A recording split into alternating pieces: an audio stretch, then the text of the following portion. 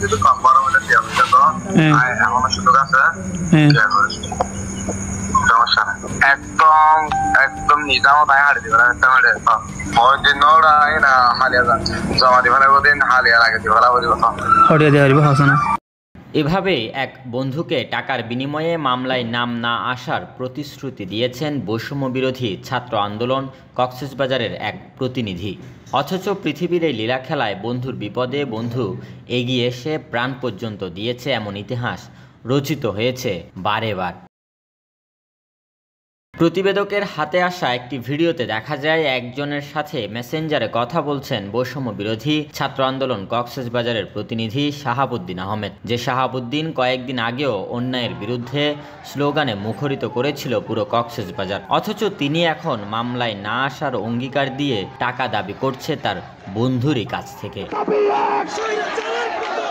শাহাবুদ্দিনের এমন অনৈতিক কার্যকলাপে উদ্বিগ্ন তার সহযোদ্ধারা। তাই তো শাহাবুদ্দিনের বিরুদ্ধে ব্যবস্থা নিতে দেরি হয়নি। বৈষম্য বিরোধী ছাত্র আন্দোলন কক্সবাজার নামক একটি ফেসবুক পেজ থেকে জানিয়ে দেওয়া হয় শাহাবুদ্দিনকে সকল কার্যক্রম থেকে অব্যাহতি দেওয়ার বিষয়টি।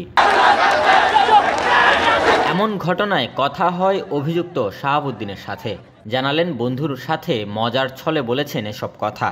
সেটি এক পক্ষ ঈর্ষান্বিত হয়ে ভিন্ন খাতে নেওয়ার জন্য ষড়যন্ত্র করছে। উনি যেহেতু আমার বন্ধু, সেই সূত্রে আমি আমার বন্ধুর সাথে দুষ্টামূলকভাবে কথাটা বললাম। এখন আমার যারা এমপি পার্টি যারা আমাকে অপছন্দ করে, সবাই তো আমাকে পছন্দ করবে তা না, তারা এটিকে ভিন্ন দিকে নেওয়ার জন্য মূলত একটি ষড়যন্ত্র করা হয়েছে।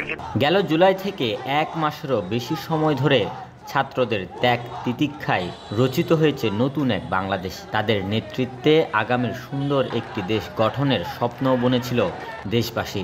সমন্বয়করা প্রভাব খাটিয়ে এমন অপকর্মে জড়িয়ে পড়লে ভবিষ্যৎ অন্ধকারে যাবে, এমনটাই মনে করছেন সকলে। কক্সবাজার প্রতিনিধি সাজন বড়ুয়া সাজুর তথ্যচিত্রে ডেস্ক রিপোর্ট, নিউজ নাও 24।